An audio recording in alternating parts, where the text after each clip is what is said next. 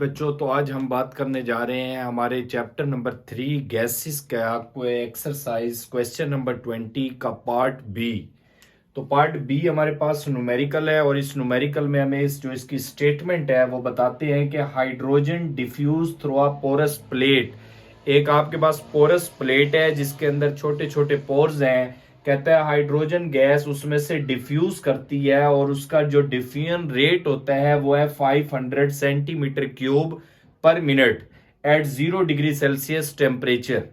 तो आपके पास rate of diffusion of hydrogen आ गया डाटा में 500 centimetre cube per minute. Next आपको कहता है what is the rate of diffusion of oxygen. कहता है अगर हमारे पास यही सेम पोरस प्लेट हो और उसका टेम्परेचर 0 डिग्री सेल्सियस ही हो तो बताओ अगर हमारे पास ऑक्सीजन गैस हो हाइड्रोजन की बजाय तो हमारे पास रेट ऑफ डिफ्यूजन क्या होगा।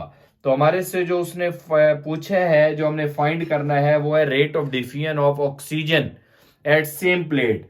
तो और हम जानते हैं कि जो हमारे पास मोलर मास ऑफ हाइड्रोजन होता है वो 2 होता है और मोलर मास ऑफ ऑक्सीजन हमारे पास 32 ग्राम पर मोल होता है। कैलकुलेट करने जा रहे हैं कि हमारे पास rate of diffusion of oxygen क्या होगा। According to Graham's law of diffusion of gases की अगर हम बात करें तो हमारे पास बच्चों जो रेट ऑफ ऑक्सीजन है, rate of diffusion of oxygen, rate of diffusion of hydrogen का स्क्वायर रूट लेंगे molar mass of hydrogen divided by molar mass of oxygen.